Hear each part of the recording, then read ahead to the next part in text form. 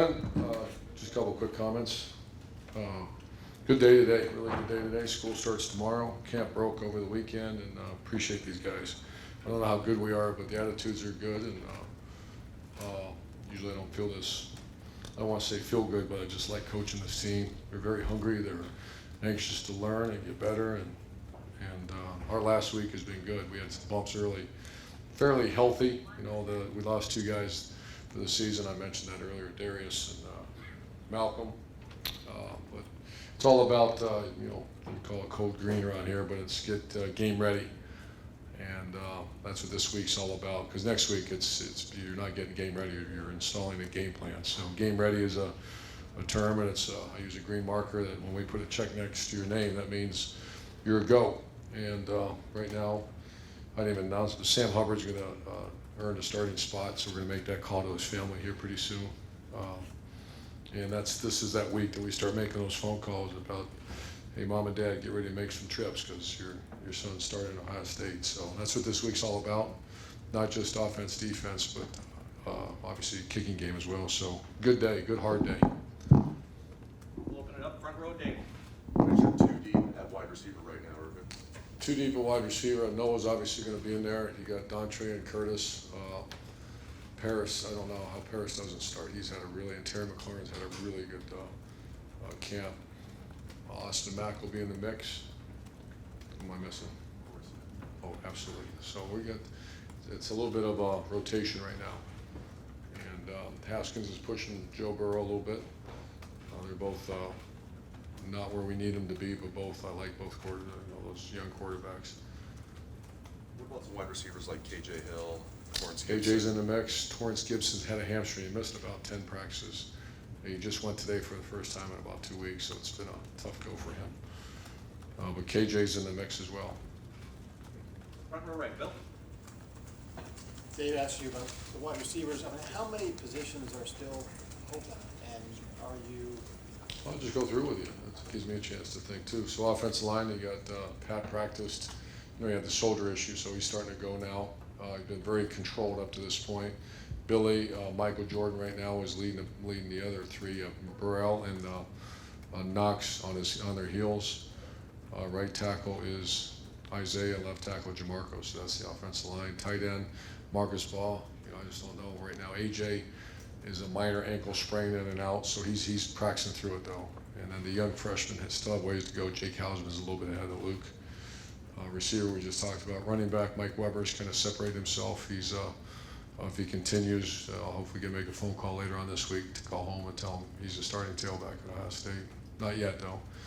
On D-line, you got Sprinkle and Mike Hill have had solid camp. They're being pushed real hard though by Draymond and a kid named Devon Hamilton. And then even the 3s are going. Josh Alibi and Malik Barrow and Landers was dinged up a little bit, but he's starting to come back. Jay Sean's the one that's had a little bit of a groin injury. He has missed about 5-6 days, and he was doing good before he got hurt. On end, you got Hubbard and Taekwon, and then Jalen's pushing those guys, Jalen Holmes. And Nick Bosa will be very smart with how hard we throw him in the mix, but he'll obviously be in that rotation.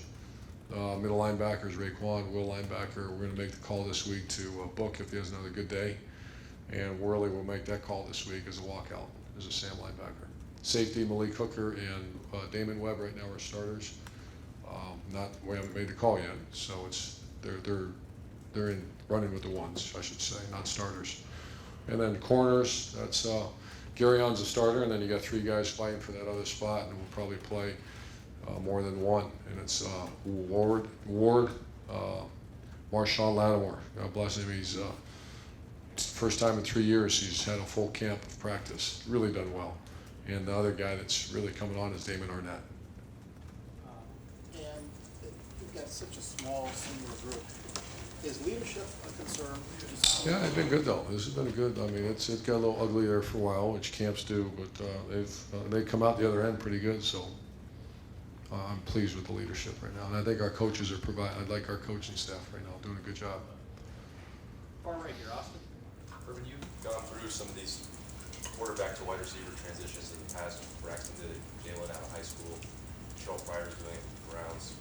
How do you take a guy, guys would like to play quarterback, they have the ball in their hands, you have to, what do you see in a player to make that move? How does that come to be? Well, Joe Hayden was another one. You know, at some point they come to us. Usually we don't say, hey, we want you to move here. Not one time when we say, hey, we want you to move. They come to us and they want to play. And so Torrance Gibson, you know, I think in practice we asked him to go out there, but then he asked to stay. Braxton Miller, he came to me. Joe Hayden came to me. Who's the other one? Jalen? Yeah, Jalen, that was kind of no. So, yeah. Because Hugh Jackson was saying a couple weeks ago that he was hesitant to tell Terrell that he should probably move if he wanted to stay in the NFL. But that's not an issue you've had with these guys trying to be. No, once again, I've never had to sit down and say, I think you should move. They come to me and, you know, Joe Hayden came and said, you mind if I try corner? Great idea. Within 5 minutes, he was a starting corner in Florida. You know, Braxton came to me and said, you know, I think for my career, what do you think? I said, you're probably right. So we've not had, I know what you're getting at. We've never had to sit a guy down and say, I think you should move. I've been lucky about that. Fourth row right, Nick. When you have a team that's this inexperienced, do you get to a point where you're comfortable that they're ready, and have you gotten there yet? No, we're not there yet, but yeah, some points with the whole thing about game ready, when and each coach has a checklist of players, there's a little green mark that says that you've been getting your reps. Next to their name also lists how many practices they've made, and then at some point that green marker, it's going to be this, and then when you get the line through it that way, that means you're ready to go play. And it's going to be so critical this year, more than ever, with a young team. But it's got to be clear to them, too, what you have to do to get ready. And that's where I think I like what our staff's doing right now. Far left, Matt. You mentioned going into last week how important it was with the 9 practices in 6 days, and said you feel good how you are coming out of it. But what did you learn about your team maybe last week with the young guys that makes you feel good about what you're doing?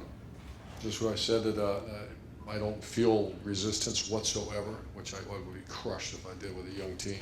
If you have resistance with a young team, get ready for a couple bad years coming up. And I don't feel that at all. You've been also seeing, you know, you've been taking a lot of black stripes off with the freshman class. Your impressions of what you're seeing of Yeah, them? I love this class. We just had Jordan Fuller and Keandre Jones got popped today, and also Josh Elevai. You know, he had that tough pulmonary embolism thing, and he's doing. I really love that guy. He's not ready yet, and maybe pulled it off a little premature, but everybody appreciates how hard he goes. So that's why we did that. I love our freshman class. Second row left, Ari. Urban, speaking of black stripes, I think we obviously understand that when they get it removed that they're officially a Buckeye.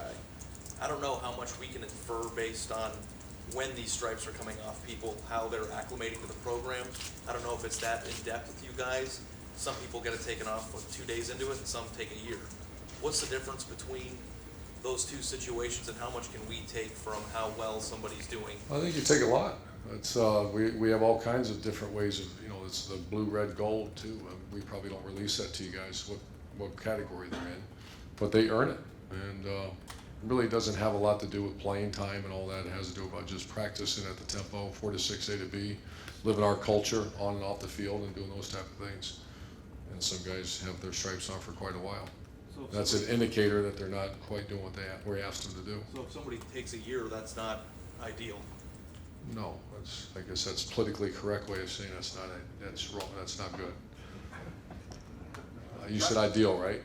Said not It's a ideal. much kinder way of saying it. It is not ideal. Okay, I just wanted to make sure that it was fair to infer that maybe they weren't, if you know what I mean. It's not ideal. Front row right, Tim. Yeah, Urban, 2 quickies. Number one, Curtis Samuel, how would you describe sort of like, I guess, what he means to this football team this year? He could be a hybrid back, he could be a running back. I mean, I think he's our number one playmaker on offense right now. And he got to stay healthy, and he's got to go. And I just love his skill set. And I'd have him ranked number one as a playmaker on offense.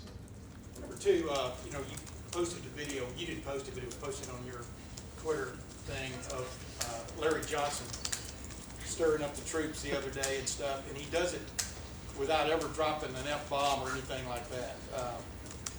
How would you describe his manner of getting guys ready to play without cursing? Unique. He's I've been around other coaches like that, and I think it's a great message to all of us. But he's not a guy that, you know, gotta be careful how to say this, that he's not says one thing and does the other. He's very, very true to himself, true to his players, true to our program. Larry Johnson is very valuable, very talented coach, you know, very talented speaker. And that's why it's the reason why I pick him, the reason why I pick Harry Combs to go get in there and do it. We don't try to wait, you know, if you'll notice too, if we have nothing to say, then we don't just talk. You don't hear that every day. And there's certain days when I feel that's necessary, and I'm fortunate to have several good coaches at doing it. Far left, Doug. Ruben, you talked about getting game ready and checking guys off them. How many times in your career have you ever gone into a season and felt like we're not game ready, or we have a lot of guys who aren't game ready? Off the top of my head, I can't recall. But How many? Oh, sure.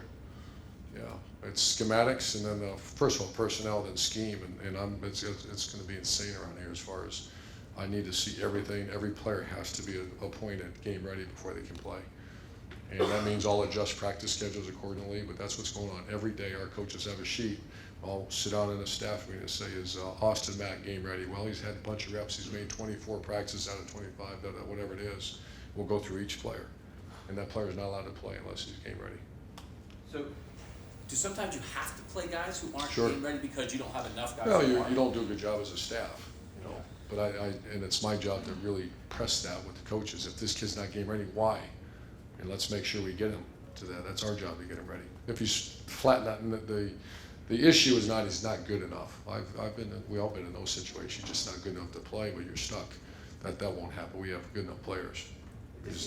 With replacing that, so many starters replacing, it just seemed like maybe if there ever was a year of like, hey, are we going to be ready or not? This would be the kind of year. You're right. But it seems like you're standing here. Yeah, feeling we got to stay healthy, because our twos are not, you know, I think our ones are pretty salty guys. There is some depth at some positions and others. For example, the offensive line, our twos are not good enough.